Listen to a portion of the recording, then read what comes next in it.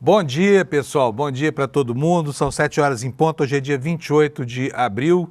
Já estamos caminhando a passos largos aqui para o meio de um ano que está passando muito rápido, né, gente? Com toda essa confusão no cenário político, no cenário internacional, o mundo aí, as turras aí com essa política louca do Donald Trump. E o fim de semana foi um fim de semana muito agitado, né? Notícias muito ruins. Um atentado terrorista lá em Vancouver, no Canadá, matou 11 pessoas, entre essas 11 pessoas também uma brasileira. Aqui no Brasil nós temos duas notícias super importantes que refletem na política, mais vindas do Poder Judiciário. A primeira delas diz respeito a mais uma condenação do coach Pablo Marçal, o anticandidato do PRTB, que pela segunda vez foi condenado a 8 anos de inelegibilidade, ainda pode recorrer, mas é certo que esteja fora do jogo. Né, o comportamento antissocial desse sujeito acabou virando uma quimera para ele, né, que agora vai ter que se haver com as consequências de tudo que ele fez. Entre outras coisas, foi condenado de novo por abuso do poder político e econômico, né, já que ele usou e abusou dos meios que tem, que não são poucos, à sua disposição para tentar produzir a sua plataforma de anticandidato aqui em São Paulo. E também na seara do Poder Judiciário, nós temos lá em Brasília uma volta do julgamento do processo que diz respeito à prisão de Collor para o plenário virtual com a desistência do ministro Gilmar Mendes. Ele tinha recorrido para que o assunto fosse parar no plenário do Supremo, né? E aí a votação poderia ser reiniciada, mas desistiu durante o fim de semana e agora, a partir do momento em que o Diário de Justiça publicar, né, e o Gilmar Mendes formalizar lá a sua decisão, aí então o processo pode voltar a correr no plenário virtual. A decisão lá já está praticamente sacramentada, porque já há 6 votos convalidando a decisão do ministro Alexandre de Moraes pela prisão imediata de Collor, né, que com essa nova atitude deve permanecer muito tempo, ainda que em cela especial, mas numa cadeia onde ele deveria estar há muito tempo, não é verdade? Então, começamos assim o dia de hoje. Olha, quero dizer para você, meu amigo, põe aqui na câmera aqui, Alex, por favor, isso, para você, olhando os seus olhinhos. Meu amigo flamenguista, o mundo não acabou. Meu amigo corintiano, não acabou o mundo. E meu amigo palmeirense, Alex Amorim, o mundo não acabou para o Palmeiras também, Alex. O que aconteceu com esses Timões esse fim de semana? Bom dia, Panunzio, bom dia, chat, boa semana. Esse fim de semana foi incrível, tirando pro lado dos palmeirenses e o lado do corintiano eu fiquei muito feliz. 4-0, fora o baile. O Flamengo tá alegre lá também, hein? Mas o pessoal do Corinthians tá arrasado, hein, Alex? Sim, e ainda mais o Dorival ontem estava no Maracanã acompanhando o jogo. Eu acho que ele tá pensando que se colocou numa encrenca das grandes por conta desse time do Corinthians para treinar o novo técnico deles. E o Santos? O que houve com o Santos? O Santos perdeu de 2-1 pro Red Bull Bragantino em casa, na Vila Belmiro. E tá na zona de rebaixamento, é preocupante, e ligou aquele sinal de alerta por conta que o time acabou de subir da Série B e tá vindo uma sequência perdendo em casa, empatando e a vitória não está vindo. Muito bom. Olha, quero dar meus pêsames também pro pessoal do meu time, do coração, o Uberlândia Esporte Clube, lá em Uberlândia, viu, Alex? Perdeu pro Inter de Limeira por 1-0. Quer dizer, só deu zebra nesse fim de semana, viu? Então não tô falando que Flamengo e Corinthians sejam uma zebra, mas foi um massacre, não foi não? Foi. Eu tava assistindo o jogo do Flamengo e o Corinthians, os caras começaram a 100 por hora e o time do Corinthians um pouco baqueado. Foi feliz em assistir. Me conta uma coisa, e o que foi que aconteceu com o Palmeiras? Perdeu em casa, é? Sim, Palmeiras jogou contra o Bahia. Foi um jogo de lá e cá, os treinadores Rogério Ceni e o Abel Ferreira mexeram a tática, o time no ataque e tudo. Tanto que não teve nenhuma defesa assim, do goleiro importante pro jogo, mas o time tava indo pro ataque, bola na trave e tudo. E no final do jogo, o Kaique com a jogada, uma tabela com o Caule, fez um gol de cavadinha em cima do Everton. E foi a primeira vitória do Bahia no Allianz Parque. Eu fiquei muito triste, porém foi um jogo aberto e o time baiano mereceu essa vitória ontem no Allianz Parque. Pois é, falar em Allianz Parque, teve um show lindo lá do Gilberto Gil, com a Preta Gil, a filha dele. Sim. Cantando Cálice, né? É muito bonito isso que aconteceu. O Gilberto Gil está encerrando a sua carreira formalmente, está se aposentando de maneira extremamente digna, viu? Se você aí no restante do Brasil não assistiu esse show ainda, assista, vale cada centavo do preço que você paga pelo ingresso. Bom, Alex, é isso. Podemos tocar então? Então, sim. Nossos sentimentos aqui, né, para os corintianos, nossos sentimentos para os palmeirenses, né, Alex? Sim. E o nosso sentimento para quem mais? Perdeu também? O Fluminense perdeu de 2-0 pro Botafogo. O Ceará e São Paulo empatou 1-1. Então, São Paulo foi o único paulista que pontuou nessa rodada. Muito bom. Isso para um palmeirense dói para falar, não dói? Sim. Muito, meu coração está então, palpitando a 200 por hora. O Alex vai trocar de lenço lá para chorar as suas lágrimas futebolísticas enquanto a gente toca o programa aqui. Valeu, Alex. Obrigado. Bom programa, Panunzio. Vamos nessa. Vamos ver como é que fica o tempo, gente, essa semana. A semana vai começar com chuva aqui no Sudeste, né? Mas o mapa do Brasil hoje não tá ruim não, hein? Olha só, chuvarada nessa área amarela aí, vocês podem reparar que com o passar dos dias, né? E o sol indo cada vez mais em direção ao hemisfério norte, aí começa a secar por aqui. Então, praticamente metade do Brasil, do Tratado de Tordesilhas para a parte atlântica, tá tudo legal, tá? Vai ter pouca chuva, mas não é assim em todo lugar. Aqui em São Paulo, por exemplo, está entrando uma frente fria aí.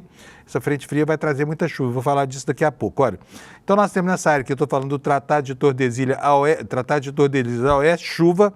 Né? Tem um alerta aqui, olha, entre o sul do Mato Grosso do Sul e o noroeste do Paraná. Chuvas intensas, então vai chover mais do que a média aqui nessa região.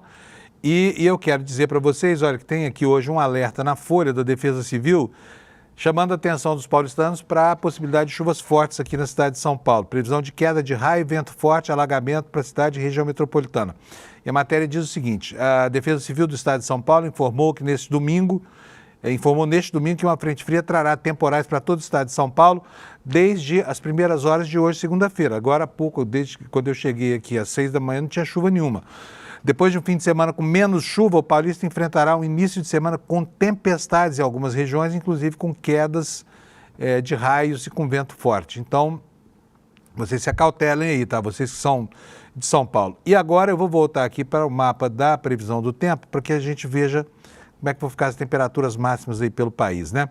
Olha, o que nós temos aqui nesse mapa? Nós vimos aqui que aquela área em amarelo diminuiu, mas na previsão tem chuva aqui tudo. Olha, Bahia, né? Só fica sem chuva mesmo o estado de Pernambuco e parte de Alagoas. E aqui no sul, o interior do Rio Grande do Sul e de Santa Catarina. O resto chuvarada para todo mundo, tá?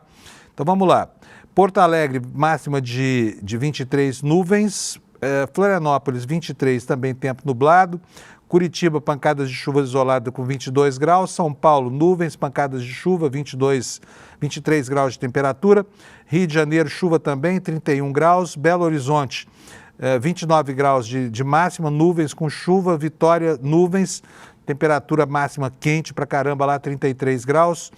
Campo Grande, 27 graus com nuvens, pancadas de chuva isoladas. Goiânia, nuvens com chuva, 32 graus. Brasília, mais fresquinho, 29 graus. Também nuvens com chuva. O pessoal de Brasília está alegre, né? Porque já estamos chegando em maio e está tudo bonito lá. Eu estive lá outro dia em Brasília, gostei de ver o que vi. Palmas do Tocantins, 31 graus, nuvens com chuva. Cuiabá, no Mato Grosso, 32 graus, pancadas de chuva isolada à tarde. Aqui em Porto Velho, nublado, com pancadas de chuvas e trovoadas isoladas, máxima de 32. Rio Branco, máxima de 33. Manaus, de 24. Boa Vista, 36 graus de máxima. Macapá, 32 graus. Belém do Pará, 33. São Luís, 32 graus. Teresina, nuvens, pancadas de chuva isolada, 34 graus. Fortaleza, muitas nuvens, chuva, 30 graus. Natal, 31 de máxima. Aqui já é capaz de não chover, né? Recife para baixo, no Nordeste. Possibilidade de chuva, 32 graus, vai estar bem quentinho lá. Mesma coisa em Maceió. E em Aracaju, 31 graus, um pouco mais fresquinho. E temos finalmente aqui Salvador, muitas nuvens, possibilidade de chuva isolada, máxima de 31 graus. Essa é a previsão do tempo para hoje, no Brasil inteiro. Vamos olhar aqui os destaques no site do ICL, para a gente se orientar com o noticiário aqui. Tem aqui a capa. Olha, ontem, gente, teve uma coisa muito interessante aqui no ICL. Você que está acostumado com a gente, que faz parte da nossa comunidade há muito tempo, já sabe a diferença que existe entre o jornalismo que pratica aqui e o jornalismo que pratica aí no restante do mercado. O jornalismo aqui é um jornalismo completamente livre. E aqui eu coloco a minha experiência de vida profissional de 45 anos em grandes redações para afirmar para vocês que não há um lugar mais livre do que o ICL hoje em relação a composição do noticiário. E nunca, nos 6 meses que eu trabalho aqui, jamais eu recebi qualquer tipo de orientação. Fale sobre isso, não fale sobre aquilo. Isso é absolutamente raro na imprensa brasileira. E o ICL, para se manter economicamente, o que ele faz? Ele produz cursos, produz e comercializa a assinatura desses cursos e, eventualmente, algum evento, né, que possa, né, reafirmar, inclusive, o papel social e político que o ICL tem. E ontem foi exibido aqui o documentário Folha Corrida, um documentário muito bom, é uma minissérie, tem 4 episódios, ontem foi o primeiro, eu assisti, adorei o documentário, são 30 minutos ali de, digamos assim, uma tentativa de fazer com que a história apareça para as pessoas, né, para que a gente possa entender qual é o papel que cabe aos jornalões do Brasil, a essa imprensa da qual a gente sempre desconfia, porque ela deu razões históricas para essa desconfiança. Então, o primeiro episódio já foi ontem, o segundo episódio na semana que vem já está liberado para os assinantes. É super importante que você conheça, e se dessa vez, eu lamento muito, mas não vai haver replay. Você que está acostumado toda vez, não, amanhã tem replay, dessa vez não vai haver replay, mas essa minissérie está disponível para quem quer, para quem é anunciante, para quem é assinante aqui do ICL, né? Para quem faz os nossos cursos e para quem contribui com o nosso crescimento. Então, se você clicar nesse link, despertaicl.com.br, você vai chegar lá. O primeiro e segundo episódio já estão liberados, tá? É super importante, porque a gente vai entender, ao final dessa minissérie, que papel coube a esse que foi talvez o principal jornal durante o período da ditadura brasileira, né? O jornal Folha de São Paulo, que além de ter cedido a sua opinião, de ter emprestado o seu prestígio para cohonestar os crimes da ditadura, também cedeu os seus veículos para que agentes da ditadura pudessem fustigar os chamados inimigos do regime. Então, para você assistir essa minissérie, agora você precisa ser assinante do ICL, tá? E isso só acontece por quê? Porque a gente precisa de dinheiro para pagar, inclusive, o meu salário, o do Alex, de todo mundo que trabalha aqui. Mas assistir esses episódios é algo muito, muito importante. Vai lá, assista, entra nesse endereço, despertaicl.com.br, que lá você fica sabendo tudo, como é que você assiste essa minissérie, como é que você vira sócio aqui do nosso projeto, tá bom? Então vamos continuar? Vou botar na capa para vocês aqui o nosso website, o website do ICL, que traz sempre, você acorda, vai lá, já está o paradigma do dia todinho estabelecido aqui. E a manchete principal é a desaprovação recorde do Trump lá nos Estados Unidos. Começa a sofrer, é o pior presidente, o mais mal avaliado dos primeiros 100 dias do governo, segundo uma pesquisa do Instituto Ipsos, que eu vou dar conhecimento a vocês aqui agora. Vamos lá. Olha, desaprovação recorde é a manchete e o texto diz o seguinte: 2 pesquisas importantes foram divulgadas nesse domingo nos Estados Unidos, mostrando que o presidente Trump tem o recorde de desaprovação para um mandatário que tem 100 dias no governo, a serem completados nesta terça-feira, dia 29. Segundo o levantamento do Instituto Ipsos, do jornal Washington Post e da rede de TV ABC News, Trump é o presidente americano com pior aprovação em todos os tempos aos 100 dias de mandato. Já a pesquisa feita para a rede de TV norte-americana CNN mostra que o índice de aprovação de Trump é de 41%. É o mais baixo para qualquer presidente recém-reeleito desde pelo menos Dwight Eisenhower, que assumiu em 1953. E aí, gente, o Trump não cansa, naquela arrogância que lhe é peculiar, né, de tentar mudar a história. Agora ele quer os méritos de Franklin Delano Roosevelt, né? O homem que tirou os Estados Unidos da grande recessão de 1929. Eu daqui a pouquinho vou mostrar para vocês, mas ele é de uma arrogância que é algo inacreditável. Agora, o que me chama a atenção nessas pesquisas aqui é a quantidade de gente que, apesar de todos os absurdos que esse sujeito vem fazendo, ainda apoia Donald Trump, né? São quase 40% a essa altura do campeonato, vendo a perseguição aos estrangeiros, perseguição a cidadãos americanos que se relacionam com estrangeiros, a proibição da abordagem de certos temas em ambientes sagrados, né, dentro da tradição democrática americana, por exemplo, as universidades. O que ele está fazendo com as universidades é algo absurdo. E apesar disso, de cada 10 pessoas, 4 americanos continuam achando que ele é bom. Não sei como vem isso. Pode ser, acho que assim, o Gessé explica muito bem isso nos livros dele, mas eu ainda acho que tem algo inerente a essência humana, sabe, a crueldade humana, porque não é possível que alguém veja qualquer vantagem nesse homem que transformou o mundo numa incógnita, que tirou da gente o direito de sonhar com o futuro, porque a gente não sabe o que vai acontecer, que está tentando acabar com um sistema de produção capitalista que vinha funcionando muito bem, né? Enfim, de cada 10 americanos, 4 continuam gostando dele. Então, aqui, o que é que diz a matéria? Segundo o levantamento do Ipsos, do Washington Post, aos 100 dias de governo, né, e também a CNN, é a mesma coisa, 41% é o índice de aprovação de Trump, é o mais baixo para qualquer presidente reeleito desde Eisenhower. De acordo com a pesquisa do Washington Post, né, e da ABC News, 39%, como eu falo aqui, é 1 em cada 4 praticamente, aprovam, 55% desaprovam e 5% não responderam. Os números não somam 100% por causa de arredondamentos. A pesquisa foi feita com 2.464 adultos, a amostra colhida entre 18 e 22 de abril, em inglês e também em espanhol. Uma parcela de 30% dos ouvidos é democrata, 30% é republicana e 29% é independente. A margem de erro é de 2 pontos percentuais para mais ou para menos. Sobre a economia dos Estados Unidos, 73% dizem que ela está em má situação. 53% afirmam que piorou desde que o Trump tomou posse. E 41% disseram que as suas finanças pessoais pioraram. E aí fica aqui a indagação. Se 73% dos americanos já acham isso, como é que entre esses 73%, aproximadamente 10% ainda acham que mesmo tudo piorando, Trump é um bom presidente, né?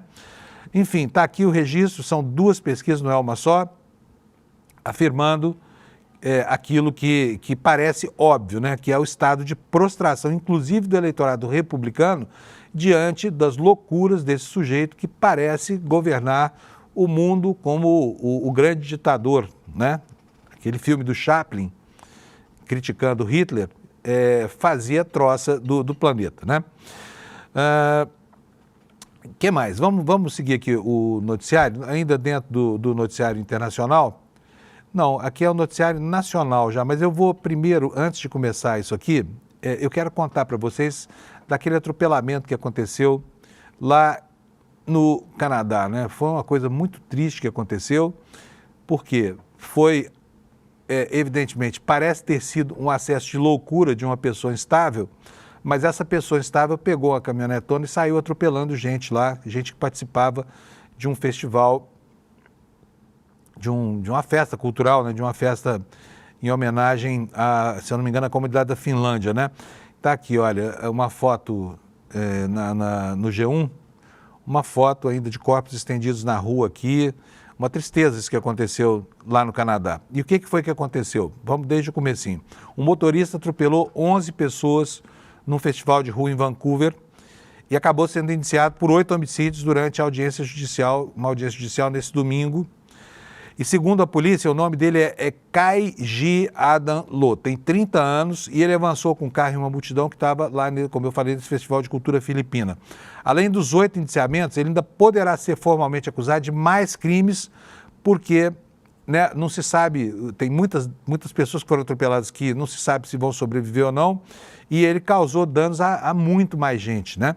Até a última atualização da reportagem, diz aqui o G1, o motorista não havia se declarado culpado nem inocente. A Associated Press não conseguiu entrar em contato com o representante legal dele até o momento. Os investigadores, e essa informação é uma informação importante, porque a primeira impressão que houve ontem após esse crime bárbaro era de que ele tinha sido executado tendo como objetivo produzir um ato terrorista, né? Mas parece que não é esse o caso, a pessoa é um completo desequilibrado, né? E tinha um histórico longo de problemas de saúde mental.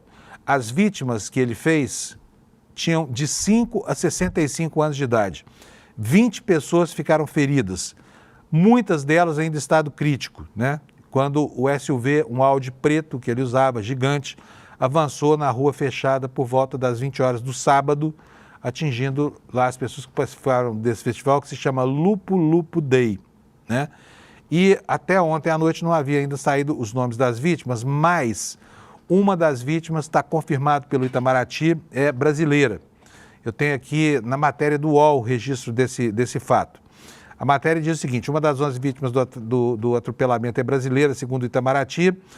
Itamaraty confirmou a morte de uma pessoa de nacionalidade brasileira. É a Kira Salim. Olha aqui, ó, essa moça aqui, olha.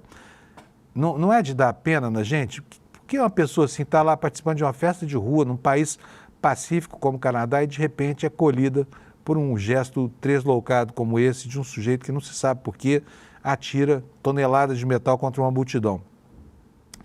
A matéria diz o seguinte: Itamaraty confirmou ao UOL a morte de uma pessoa de nacionalidade brasileira, informou que o cônsul-geral do Brasil em Vancouver está em contato com a família da vítima, presta assistência consular cabível. A notícia é do Estadão, está atribuída aqui pela Folha. A vítima é Kira Salim, ela tem 34 anos, é natural do Rio de Janeiro, se identificava como pessoa não binária, morava no Canadá e trabalhava em uma escola na cidade de New Westminster.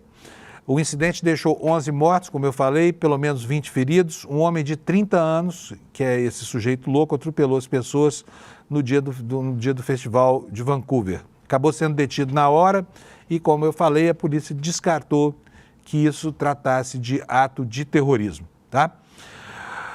Não, nós estamos falando aqui de assuntos brasileiros. Eu quero começar a mostrar para vocês, continuar mostrando para vocês o noticiário estrangeiro aqui. Eu quero ir para o Washington Post. Olha só, nós falamos agora há pouco que o Trump tem a pior pontuação, né, de popularidade entre todos os presidentes dos Estados Unidos, todos. Mas ele não se aquieta, ele não se acalma. E no Washington Post de hoje, que é o jornal que eu uso sempre para começar a ler aqui o noticiário dos Estados Unidos para vocês, está aqui o Trump, do alto da sua soberba, reivindicando para si liderança em produção legislativa nos 100 primeiros dias, muito maior o estoque de normas que ele editou lá do que dos primeiros 100 dias do Franklin Delano Roosevelt, que representaram uma verdadeira revolução para os Estados Unidos. Só que o próprio jornal assinala que as diferenças entre a produção legislativa de Roosevelt e a de Trump não podem nem ser comparadas, porque uma coisa não tem. O Roosevelt governou com leis, ele realmente fez lá um calhamaço de leis que provocou uma revolução, né, para tentar tirar os Estados Unidos da Grande Depressão, mas o Trump está editando decretos, ele está governando por decreto. É como se aqui no Brasil tivesse um presidente que só governa por medida provisória e muitas delas ilegais, que vão acabar sendo derrubadas, se não pelo Congresso, que é trumpista, pelo menos pela Justiça, né?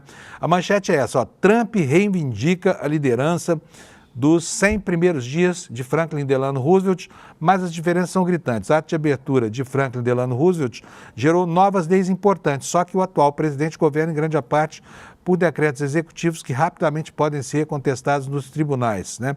Eu colocando isso aqui para vocês verem o tamanho da soberba desse sujeito, né? O que mais que o jornal diz aqui, já no corpo da reportagem? Desde os impactantes primeiros 100 dias de Franklin Delano Roosevelt no cargo, nenhum presidente alcançou a marca e a ruptura representada por aquela corrida de 15 semanas em 1933, que reescreveu a relação entre os americanos e o governo, pelo menos até agora.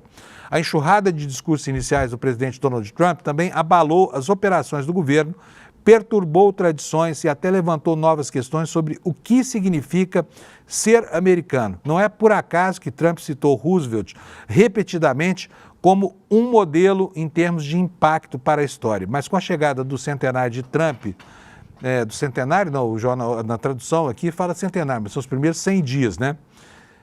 São os primeiros 100 dias. Na terça-feira, as diferenças são pelo menos tão gritantes quanto as semelhanças. A investida de Roosevelt, diz aqui o Washington Post, no auge da Grande Depressão, visava expandir a presença do governo federal na vida dos americanos. E a cruzada do Trump agora visa, em grande parte, desmantelar o Estado, assinala o jornalão americano. Isso colocado, daqui a pouco eu volto para o noticiário internacional, mas eu estou louco para falar para vocês, caso você ainda não tenha tomado ciência, de duas coisas muito importantes que aconteceram aqui pelo Brasil. Eu vou ler aqui para vocês informação do site Hora Jurídica, HJU, que é um bom site de informações jurídicas. Pablo Marçal, condenado pela segunda vez a 8 anos de inelegibilidade. Aqui na foto, a foto da cadeirada, né? O Datena mandando a cadeira nele. Dessa vez quem deu a cadeirada foi o Tribunal Regional Eleitoral de São Paulo. O que diz a reportagem? O empresário e influenciador Pablo Marçal, do PRTB, foi condenado pela Justiça Eleitoral de São Paulo pela segunda vez a 8 anos de inelegibilidade por abuso do poder econômico, uso indevido dos meios de comunicação e captação de gastos ilícitos de recursos durante a campanha eleitoral de 2024.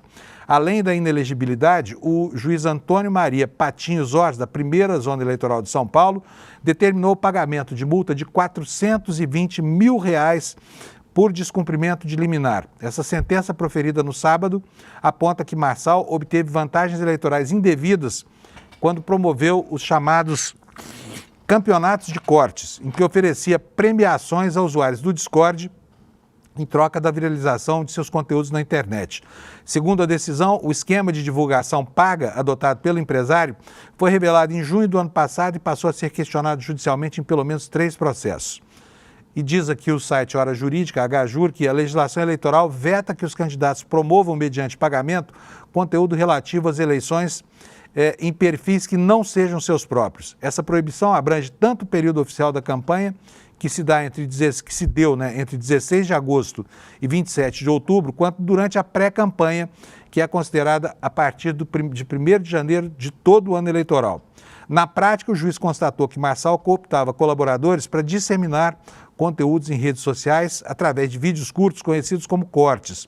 Os usuários se cadastravam, aprendiam a fazer os cortes e, após a publicação, eram remunerados pelo empresário ou pelas empresas dele, de acordo com a quantidade de visualizações obtidas. Aqui abre aspas aqui para o juiz: a estratégia correspondente ao impulsionamento de cortes efetuados por terceiras pessoas trouxe ao réu uma vantagem indevida, considerada a fraude na mobilização artificialmente ocorrida, escreveu o juiz na sentença, destacando que o esquema criava a impressão de que havia uma onda genuína de apoio a Marçal, quando, na verdade, ela era motivada pela perspectiva de ganhos financeiros. Sobre a multa de R$ 420 mil, ela foi aplicada porque o Pablo Marçal descumpriu uma liminar do processo que determinava a suspensão imediata das atividades do seu canal no Discord. Através de prints, ficou comprovado que o grupo continuou ativo entre agosto e outubro, quando havia já a imposição da multa de R$ 10 mil por dia, e que os responsáveis pela moderação eram sócios do empresário. Segundo o estudo realizado pelo Monitor do Debate Político no meio digital da USP, o empresário precisaria de um valor 175 vezes superior ao que gastou por campeonato para atingir um patamar semelhante de visualizações de até 650 milhões por edição, se recorresse a mecanismos lícitos. Olha, a matéria do HJUR lembra aqui que essa é a segunda condenação, né? Em fevereiro desse ano, esse mesmo juiz, ele condenou o ex-candidato pelos crimes de abuso de poder político, poder econômico e uso indevido dos meios de comunicação, captação ilícita de recursos. A sentença apontou que o empresário ofereceu apoio político para impulsionar a campanha eleitoral de candidatos a vereador por meio de vídeos divulgados na internet e, em troca, exigia um Pix no valor de 5 mil pessoas. Mas é picareta esse Pablo Marçal, hein, gente? Pensar que tem gente que paga para ele para aprender as picaretagens que ele ensina, e nós, por um triz, não tivemos esse estrupício como prefeito aqui de São Paulo, hein? Porque ele passou na trave, tá? Olha, a matéria também explica que as penas não são somadas e que o Pablo Marçal ainda pode recorrer. Vai recorrer ao TRE, vai perder, vai recorrer ao TSE, vai perder. Mas enquanto ele não estiver condenado, enquanto essa condenação não for referendada, convalidada pelo Tribunal Regional Eleitoral, ele está elegível. E ainda que o TSE, no final desse processo todo, se ele vier a recorrer, chancele a condenação, ainda assim esse engraçadinho pode se registrar como candidato para fazer bagunça no cenário eleitoral. Mas a notícia boa é a seguinte: elegível não está mais. O Brasil está livre de ter Pablo Marçal, pelo menos nos próximos 8 anos, galgando aí a escada da política, né, em qualquer cargo. Ele que se julga preparado para assumir a presidência da República no Brasil, tá? Esse pesadelo, felizmente, parece dele, nós estamos livres, tá? Vamos agora falar sobre voltar aqui ao noticiário internacional, depois eu volto a falar mais de Brasil, tá, gente? Já são 7h30 da manhã. Nós tivemos lá no Irã uma explosão no posto de Bandar Abbas, que fica no sul do Irã, né? E olha, subiu para 40 o número de mortos e os feridos ultrapassam 1.200, de acordo com a imprensa estatal. O incidente ocorreu nesse sábado 26, as causas ainda não foram determinadas. O presidente da Rússia ordenou o envio de aviões ao Irã para ajudar a lidar com as consequências da explosão, de acordo com o Ministério de Emergências neste domingo, ontem, né? E o Putin expressou condolências pelas vítimas e, segundo o Kremlin, transmitiu as palavras de sincera simpatia e apoio às famílias das vítimas, bem como seus votos de recuperação a todos. Olha que cenário horroroso que se formou lá, nessa foto aqui de uma matéria do UOL. Tá? Voltando para o Brasil, essa pendenga toda do INSS pode acabar, inclusive, em novas demissões aí, não sei, a situação do Lupe está muito complicada, né? Tudo bem que nesse governo aqui, a pessoa, me parece que o critério é o de ser denunciado, né? Mas o papel político do Lupe aqui está por ser entendido, ele precisa falar, precisa se explicar, né? O que está acontecendo? Olha, vamos voltar agora, isso não tem nada a ver com o Carlos Lupe, tá? Tem relação com a saga do presidente do INSS, o périplo dele para tentar entender o que estava acontecendo antes de que a polícia tomasse as providências que tomou. A manchete na Folha de São Paulo é: presidente do INSS teve pedido negado pela PF de informações sobre a investigação contra o órgão. A polícia argumentou que as operações anteriores não eram de responsabilidade do órgão e que poderia haver apurações sob sigilo.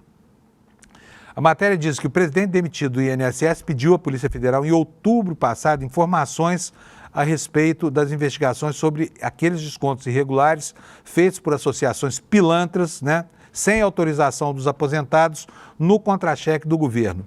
A PF negou a solicitação e, na resposta, que demorou 5 meses para chegar, o órgão afirmou que, pelo fato de as investigações citadas na reportagem terem sido conduzidas por outros órgãos, não poderia prestar essas informações. No ofício enviado por Stefanuto em 7 de outubro de 2024 ao diretor-geral da PF, Andrei Rodrigues, o então presidente do INSS afirmou que o Instituto precisava daqueles dados para tomar providências contra irregularidades relatadas na imprensa. O dirigente afirma no documento ao qual a Folha teve acesso que as suspeitas não recaíam sobre ações do INSS, que tratavam de denúncia formal feita ao órgão, mas apontou que as notícias veiculadas soavam negativamente e causavam danos à imagem da autarquia. Um escândalo desse tamanho, né, gente? Que em setembro, outubro do ano passado, o governo já acontecia e só agora isso gera consequências, né? Bom, só para complementar a informação, esse ofício mencionava reportagens veiculadas no portal Metrópolis a partir de julho de 2024 que noticiavam uma operação feita pelo Ministério Público e pela Polícia Civil do Estado contra a AMBEC, Associação dos Aposentados Mutualistas para Benefícios Coletivos. Na última semana, a entidade que foi um dos alvos da ação da PF, essa entidade foi um dos alvos da ação da PF que levou, enfim, à demissão de Stefanuto, né? Então está aqui o registro sobre o fato de que desde outubro já se sabe que isso é um problema lá na seara do INSS e agora só que a gente fica sabendo o que foi que aconteceu. Todo mundo é preocupado quando a gente fala em eleição com o crescimento do movimento neopentecostal no Brasil, não é? Da teologia da prosperidade, porque ela tem uma grande familiaridade, uma grande afinidade com a extrema-direita e uma maneira estranha de, enfim, de entender o cristianismo, uma espécie de cristianismo sem Cristo, baseado quase que totalmente no Velho Testamento e que coloca publicamente a sua crença de que a atuação desses pastores neopentecostais pode fazer milagres, como, por exemplo, curar pessoas doentes, enfim, enriquecer quem está pobre, não quer trabalhar. E no Brasil, nós ainda temos uma maioria católica, né? Mas essa maioria corre risco, né? A gente viu que, por exemplo, os papas, toda vez que um papa é eleito lá em Roma, um dos primeiros destinos é o Brasil, porque é a maior comunidade católica do mundo. Mas a nossa hegemonia católica, diz aqui a Folha de São Paulo, está ameaçada logo, logo, os católicos serão minoria, né? A hegemonia católica no Brasil deve acabar até a próxima década, aponta a projeção. A religião apostólica romana deve seguir uma tendência histórica de queda e ser ultrapassada pelo evangelicalismo até 2032. O que diz essa matéria? A hegemonia histórica do catolicismo romano no Brasil parece viver seus últimos instantes nesta década. O país, que segue na liderança com a maior população seguidora do Vaticano no mundo, vive uma reviravolta cristã protagonizada pelos evangélicos, especialmente nos últimos 35 anos. Em 1940, quando o IBGE passou a produzir os censos nacionais, 95% da população se declarava católica. 70 anos depois, 7 décadas, no entanto, levantamento de 2010, os fiéis da Santa Sé já haviam diminuído para 64,6% do total, ou seja, eles eram quase tudo, baixaram para 2/3 da população. A expectativa é que, com essa nossa tendência, o catolicismo perca o posto de maior religião do Brasil para os evangélicos em bem poucos anos. De acordo com a projeção do doutor em demografia José Eustáquio Diniz Alves, até 2032, a população de católicos e evangélicos no país deve se inverter. Os fiéis apostólicos romanos cairão para 38,6% e os advindos do protestantismo sobem para 39,8%. Está aqui o mapa do encontro das duas curvas. Olha, esse gráfico aqui, veja só, o declínio do número de católicos, né? Eles saem de lá de cima quase de 100% e baixam aqui a 38,6% na projeção desse especialista, enquanto os evangélicos, que eram só 2,7% em 1940, eles foram multiplicados por 20 percentualmente, né? E hoje são 39,8%, praticamente 40% da população. Vamos ver agora que efeito isso terá sobre a política brasileira, né? Bom, gente, são 7h37. Volto aqui à imprensa internacional para que a gente veja aqui o noticiário do The Guardian, né? Ainda falando sobre a política no mundo, né? Veja só, a informação de que a Rússia agora, de novo, se coloca como pronta para negociar o fim da guerra na Ucrânia. Mas em que bases, né? Vou ler aqui para vocês a matéria do The Guardian. Olha, que está aqui, nós temos aqui aquela imagem daquele encontro que aconteceu lá no Vaticano entre o Zelensky e o Trump, um encontro inusitado que se achava que nunca mais ia acontecer. Mas estão eles aqui conversando lá no centro de uma, não sei se é a igreja de São Pedro, mas estão conversando aqui e falando sobre essa perspectiva de negociação, né? E olha, há 2 horas o jornal The Guardian publicou essa informação aqui, olha, a Rússia afirmou que está pronta para conduzir as negociações com a Ucrânia sem quaisquer pré-condições. A informação é da agência France Press. E ela diz que o Donald Trump questionou a disposição do líder russo Vladimir Putin de interromper essa ofensiva em 3 anos, mas ele também disse que o mais graduado diplomata do país diz que as reivindicações sobre 5 regiões da Ucrânia, inclusive a Crimeia, eram imperativas. Então, quer dizer, não é que a Rússia não tenha condição, a Rússia tem uma condição, e a condição é a Crimeia aceitar perder a Ucrânia, a perder a Crimeia para os russos, né? Enquanto isso, o mundo segue balançado pelo tarifaço do Trump. O esboço é de uma crise estrutural para o dólar. O dólar, como se sabe, há muito tempo é a moeda âncora do mundo. O Tesouro americano, embora seja deficitário, tem uma grande credibilidade, então é para lá que foge todo mundo quando alguma coisa acontece, inclusive alguma coisa ruim lá nos Estados Unidos, né? E o valor econômico de hoje está colocando aqui uma situação nova para o mundo. A gente nunca viu isso acontecer, mas agora ela está acontecendo. Olha só, fuga de investidores estrangeiros, e os Estados Unidos, de repente, ficaram na lanterna do crédito. A demanda global por títulos da dívida de origem americana caiu de 30,8 bilhões em janeiro para apenas 10,4 bilhões em fevereiro. E a matéria diz o seguinte: o mercado de crédito é a mais recente vítima da guerra comercial iniciada pelos Estados Unidos. A dívida corporativa norte-americana está ficando para trás em relação a outros países e corre o risco de cair ainda mais conforme a economia balança e os juros continuam altos. Analistas de Rico comemoram o resultado das eleições em novembro como positivo, com a eleição de um presidente visto como pró-crescimento e pró-empresa. Mas desde a posse em janeiro, o crédito americano vem enfraquecendo e o do resto do mundo crescendo. Isso aconteceu por causa das feridas, aqui diz o jornal, feridas auto-infligidas à economia, com o frenesi de Trump pelas tarifas, que provavelmente vai estancar o crescimento e gerar inflação. A fuga dos investidores estrangeiros para os mercados de crédito mais estáveis e de valor relativo acrescenta mais pressão a este cenário.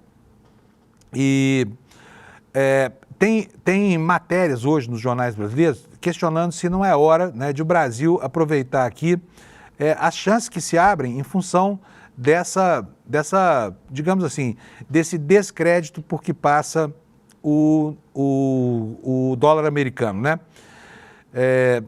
Eu vou voltar agora aqui aos destaques do site do ICL para que a gente possa completar aqui o noticiário nacional. E assim, porque já são 7 horas e 40 minutos e eu ainda tenho um recadão para vocês, tá? Carlos Lupe.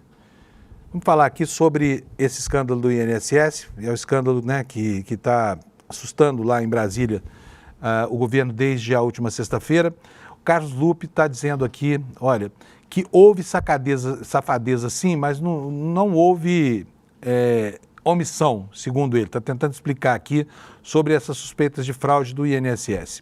A matéria no site do ICL diz o seguinte, o ministro da Previdência Social, Carlos Lupe, em entrevista ao jornal Folha de São Paulo, publicada ontem, afirmou que o INSS tem adotado diversas medidas para combater fraudes nos descontos em benefícios. Lupe diz ter certeza de que há safadeza de muita gente, mas argumenta que o governo não foi omisso. Muitas instituições abusaram e devem pagar por isso. Os beneficiários têm de ser restituídos, mas não pode generalizar, senão a gente instaura um tribunal de inquisição.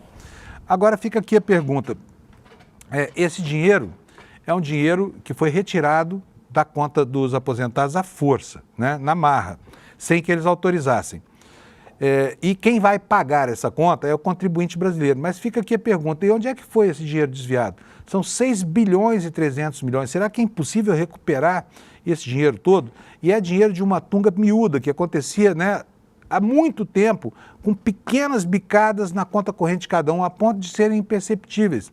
As pessoas não sabiam o que era aquilo no contra-cheque, passaram anos pagando essas contribuições que não pediram sem saber o que estavam pagando. O nosso texto aqui no ICL diz o seguinte, as irregularidades em investigação pela Polícia Federal e pela Controladoria Geral da União são uma herança de governos anteriores. Ele falou, uma vez que a maior parte dos acordos que permitiram descontos aconteceu antes de 2023. Aí o Lupe diz o seguinte, eu não fui omisso, o processo é complexo, envolve mais de 6 milhões de processos. Lupe também afirmou que a demissão do presidente do INSS, Alessandro Stefanuto, foi uma medida necessária para que a investigação avançasse. E, segundo ele, o INSS implementou portarias e instruções normativas para garantir mais segurança aos beneficiários. Também mencionou a utilização da biometria para evitar as fraudes.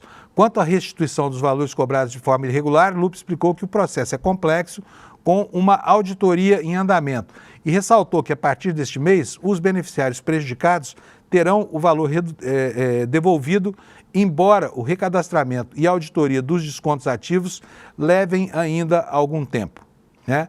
Ele foi alertado sobre essas denúncias em 2023, mostrou, o que mostra uma ata de uma reunião da qual ele participou.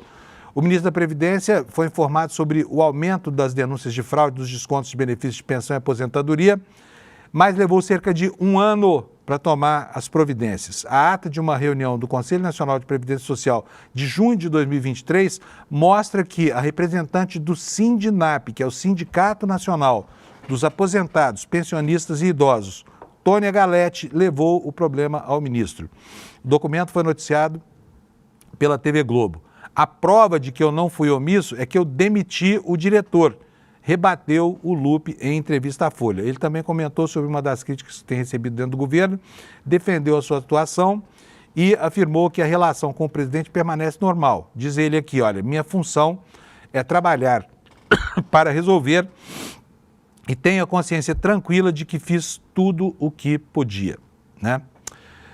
Gente, temos outro assunto em destaque na área do judiciário, que é a presença, a mudança de posição do ministro Gilmar Mendes, que voltou atrás e desistiu do plenário virtual. O que vai acontecer agora? O ministro Gilmar Mendes tinha pedido um destaque do processo iniciado com a decisão monocrática do ministro Alexandre de Moraes de mandar o Collor para a cadeia. Afinal de contas, a permanência desse sujeito fora da cadeia era uma coisa bastante assintosa, né? Ele estava condenado há muito tempo e simplesmente não ia para a cadeia. Os advogados usando de todos os recursos aqui para mantê-lo longe, longe das grades. Aí chegou um momento que a coisa lá caiu no colo do Xandão e o Xandão falou, olha, agora não dá mais, vai para a cadeia. Mandou prender o Collor, ele foi preso na sexta-feira às 4 horas da manhã, né? E pela primeira vez na vida está lá cumprindo o amargor da reclusão, né, em função de coisas que ele mesmo produziu. Então, o ministro desistiu e, a partir agora, da manhã de hoje, os 4 votos que falam, aliás, são 3 votos, são 4 votos, já tem 6 votos contabilizados, faltam mais 5 votos, só que o ministro Zanin deu por impedido, não vai votar nesse processo. Então, o que vai acontecer lá é que agora o plenário virtual retoma a votação e a medida já está, na verdade, a decisão já está tomada, porque por 6 votos a decisão de Alexandre de Moraes já foi convalidada pelo plenário virtual. Então nós teremos hoje a continuidade do julgamento e resta saber aqui quanto tempo Collor vai ficar de fato na cadeia, né? Porque afinal de contas ele já é beneficiário, por exemplo, do atenuante da senilidade. Então precisa ver, mas algum tempo ele vai passar lá, porque não é possível que esse sujeito, que a vida inteira delinquiu, não experimentasse o dissabor de sofrer as consequências dos atos que ele mesmo produziu, né? No caso dessas acusações que o levaram para a cadeia, isso ficou conhecido como corrupção com recibo, né? Corrupção com recibo. Olha, uma informação muito importante que a gente explorou mal, essa informação não é propriamente de hoje, tá? Mas essa informação, as mulheres precisam saber disso. Vocês têm visto aí que tem se repetido, e isso é uma prática deletéria muito comum e será cada vez mais comum, por quê? As ferramentas de inteligência artificial, elas estão cada dia que passa mais avançadas e mais fáceis de se lidar, mais amigáveis, né? Então hoje qualquer adolescente chega no computador e muda o rosto de uma pessoa, produz um vídeo falso, né, colocando gente em situação que nunca viveu, e isso acaba sendo usado, por exemplo, no ambiente escolar para fazer bullying, essa coisa toda, e também em relação a crimes de crimes de gênero, né? Não de feminicídio, crimes de gênero, usado contra mulheres. Por exemplo, o cara coloca o rosto de uma pessoa no corpo de outra que está despida, espalha isso pela internet, isso acaba sendo motivo, né, de um transtorno horrível para a pessoa, um transtorno moral, um transtorno psicológico, e isso não tinha punição, porque esse crime não estava previsto no Código de Leis do Brasil. Mas agora não, né? Agora nós temos aqui uma lei que amplia, como vocês vão ver na manchete, mais uma vez, do site HJUR, uma lei que amplia a pena para crimes contra mulheres com uso de inteligência artificial. Essa lei já está em vigor.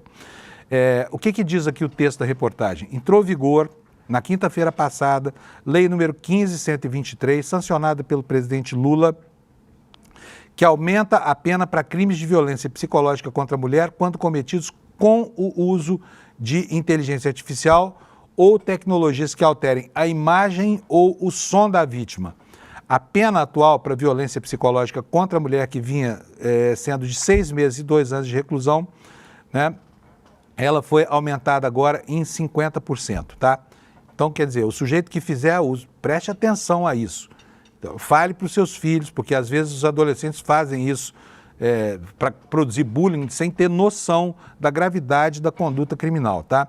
Então, olha, gente, nós tínhamos de 6 meses a 2 anos. Com a nova legislação, condenação aumentada em 50%, tá? E a legislação também aumenta a pena de 2 anos para até 6 anos de prisão para casos de divulgação de cenas de estupro ou de sexo sem consentimento. Então, ficou grave agora, não é brincadeira mais, tá? Não se pode fazer isso, porque isso gera sofrimento moral, sofrimento psicológico. Nós tivemos no ano passado um caso em Araguari, né, que uma criança exposta ao bullying por causa desse tipo de deformação em fotos, enfim, depois espalhadas por gente que agia de má fé, essa menina acabou se matando. E esses crimes se reproduzem aí pelo mundo. Mas agora no Brasil aumenta a pena para quem usar disso, tá bom?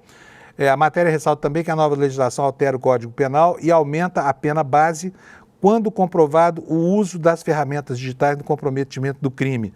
A proposta sancionada é de autoria da deputada Jandira Fegali, do PCdoB do Rio de Janeiro, foi relatada na Câmara pela deputada Camila Jara, do PT do Mato Grosso do Sul, no Senado Federal pela senadora Daniela Ribeiro, do PSD. De onde mesmo? Do PSD da Paraíba, está aqui. Gente, olha, agora vamos falar sobre papel da imprensa. A gente passa o tempo todo aqui falando sobre a responsabilidade que é inerente à comunicação social. Quem tem o papel de comunicar socialmente, de informar a sociedade, tem um papel também de gerar comportamentos, né? de ensejar algumas coisas que podem ser muito boas ou muito ruins. No tempo da ditadura brasileira, alguns jornalões simplesmente se colocaram a favor, né, da quebra da democracia brasileira com um furor inaudito, né? Nós tivemos, e aí logo no começo, lá em 1964, a adesão foi de 100% dos veículos da imprensa brasileira, sobrou muito pouco para fazer o contraponto, né? Sobraram última hora, sobrou a imprensa alternativa, mas era muito pouco, porque os grandes jornais brasileiros, todos eles aderiram de fato à ditadura militar brasileira. Mas um dos jornais foi além de emprestar a sua vocação editorial, de emprestar o seu espaço de notícias, de emprestar as suas colunas de opinião, de deformar o seu noticiário. Eles não, tem que falar ele, porque foi só a Folha de São Paulo. A Folha de São Paulo emprestou os seus meios para que agentes da ditadura sufocassem, prendessem, atirassem contra, matassem inimigos do regime. Tá? E isso tudo está consubstanciado agora num documentário que o ICL começou a exibir ontem. Serão 4 episódios. Esses 4 episódios, todos eles mostram de maneira contundente como esse jornal se envolveu nesse serviço que prestou à ditadura. Eu assisti o de ontem e fiquei muito impressionado, porque a gente já sabia que a Folha de São Paulo e outras empresas também, né, Volkswagen, por exemplo, que elas apoiaram a ditadura brasileira com muito gosto. Mas ver os depoimentos de quem assistiu a essa história é algo inacreditável, é algo tétrico. Eu diria para vocês que é repugnante mesmo. Foi a sensação que eu senti ontem à noite. E esse documentário, os 2 primeiros episódios já estão liberados para sócios do ICL. Agora não vai haver replay, não vai haver mais, o documentário não está mais aberto, porque, né, esse documentário é um documentário que é uma obra que tem custo, e esse custo precisa ser, de alguma forma, financiado, né? E ele é financiado por quem? Ele é financiado pela comunidade do ICL. Então, o vídeo, para você que você contribui com o ICL, que já é nosso colaborador há muito tempo, está disponível para você, inclusive o 2º episódio. E se você não faz parte da nossa comunidade, está aí um bom motivo, não perca seu tempo. Vai logo lá atrás dessas informações, porque você vai ganhar muito com isso. Você pode fazer mais de 300 cursos do ICL se entrar para a nossa comunidade. E, além disso, você tem todos esses documentários. O ICL agora colocou o pé no acelerador na produção de vídeos para streaming, né? E com esse documentário, nós inauguramos aí essa fase das minisséries, tá? Então, assista. Para você assistir, você precisa ser sócio do ICL. Para ser sócio do ICL, você tem que entrar nesse link aqui, ó. despertaicl.com.br. Cadê? Bota na tela para mim, Alex. Tá aí, ó. despertaicl.com.br. E olha, pode ter certeza absoluta, você vai assistir a esses vídeos, mas você vai estar mesmo patrocinando o nosso projeto de jornalismo, que você já conhece tão bem, tá bom? Então, anota aí, ó, despertaicl.com.br. Antes de encerrar o jornal, nós já estamos aqui nos últimos minutinhos, vou dar mais uma passada aqui pelo noticiário internacional. Hoje, no mundo, nós vamos ter aí o primeiro dia para preparação do novo conclave, né, na expectativa do noticiário, e agora a história em torno da negociação em relação ao fim da guerra da Ucrânia, que é uma guerra que perturba o mundo, que ameaça todas as relações e nos ameaça todo dia, inclusive com a perspectiva de um conflito nuclear. Está no Le Monde de hoje a informação de que o reconhecimento da anexação russa da Crimeia e de outras regiões da Ucrânia é um dos pré-requisitos para o sucesso dessas negociações. Ou seja, a Rússia insiste aí em algo que os ucranianos já disseram que não aceitam de jeito nenhum. Vamos ver o que diz a reportagem aqui? Olha, até agora, Kiev não demonstrou a sua capacidade de negociar, foi o que disse o ministro das Relações Exteriores da Rússia. A Coreia do Norte também reconheceu oficialmente ter participado de operações para libertar Kursk da Rússia, né? Vamos ver o que diz essa notícia aqui em detalhes no Le Monde? Está aqui, olha aqui, ó. A Rússia anuncia a captura de mais uma vila. Em comunicado, o Ministério da Defesa da Rússia anunciou que assumiu o controle de Kamenka, que tinha 1.226 habitantes antes da guerra, na região de Kharkiv.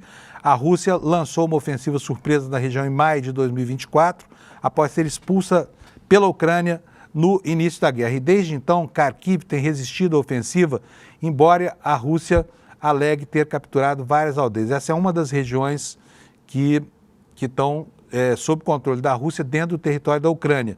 E a Rússia considera território seu.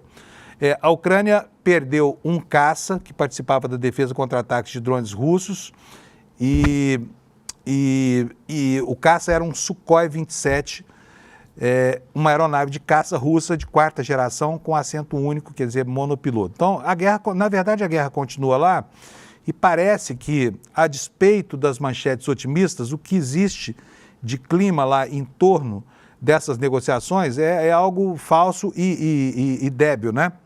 É algo falso e débil, porque não representa nenhum avanço concreto no sucesso dessas negociações, né? Enfim, é isso. E ao mesmo tempo em que patrocina essas negociações, o Trump continua deixando escorrer pelos dedos o poder, né, perante a opinião pública americana. Olha, manchete do Estadão é a última notícia que eu vou apresentar hoje para vocês. Musk tinha o governo dos Estados Unidos nas mãos, mas ele escorreu pelos seus dedos. O bilionário, chefe do Doge, entrou em conflito com funcionários do gabinete do Trump, bem antes de anunciar que voltaria para a Tesla. Em que condição esse sujeito volta para os negócios dele? Depois de ter arrasado praticamente toda a estrutura das agências e do funcionalismo americano, com o ódio que ele tem pela figura do Estado, embora seja ele aqui um chupim do Estado americano, porque quase tudo que ele faz hoje depende do contribuinte americano. Por exemplo, mandar os seus foguetes para o céu, né? Então, ele tinha o governo nas mãos, arrogante também, tanto quanto o chefe. Ele achou que tivesse sido eleito presidente dos Estados Unidos, mas não foi, né? E agora está se preparando para sair do governo e voltar para a Tesla, lá a empresa dele, que está arrasada, porque os lucros caíram 71%. E o que diz a matéria? O bilionário líder do Doge é um funcionário de nível médio do IRSS, que equivale à Receita Federal, e o órgão está sob a alçada do secretário do Tesouro, Scott Bessent, que se irritou com as tentativas de intervenção lá do departamento chefiado por ele. As tensões resultantes se espalharam em uma briga aos berros na ala oeste da Casa Branca, onde Musk e a principal autoridade financeira do país estavam lutando ao alcance dos ouvidos do presidente Donald Trump. Tamanha foi a gritaria, né? Essa gritaria foi testemunhada por duas pessoas familiarizadas com um confronto acalorado que falaram sob condição de anonimato. O Bessent venceu, né? E aí o funcionário que ele queria demitir foi substituído depois de apenas 3 dias como chefe interino do IRS. E o Musk deixou de seguir o Bessent no X, sua plataforma de mídia social. Acontece que nem tudo acontece no mundo digital, né? Essas coisas têm consequência no mundo real. E então o mundo pode esperar um certo alívio, porque esse sujeito que se deixou identificar como um dos mais acalorados neonazistas está se despedindo do governo americano. O problema é que o pensamento que ele representa fica lá porque tem outros Elon Musks lá na assessoria do Trump prontinhos para colocarem fogo no mundo e em tudo que a costura ocidental produziu. Gente, é isso aí. Estreamos, então, uma semana curta hoje, nessa segunda-feira. Semana que se interrompe na quarta. A gente vai ficar de folga aqui no dia do trabalho e no dia seguinte. E nós, então, temos 3 dias de muitas informações para vocês aqui ao longo dessa semana curta, tá? Tchau, muito obrigado pela audiência. A gente se encontra aqui às 7 da manhã de amanhã. Obrigado. Olá, olá. Eu sou Lindener Pareto, historiador, professor aqui no Instituto Conhecimento Liberta e convido vocês, nosso grande público, a conhecerem o curso Monumentos à Barbárie, onde eu narro aqui as disputas pelo controle dos monumentos produzidos no espaço público, as memórias, as histórias, a contestação de personagens históricos controvertidos ao longo da história, não só do Brasil, mas também da história da humanidade. Conheçam o curso Monumentos à Barbárie e mais outros 200 cursos aqui conosco no Instituto Conhecimento Liberta.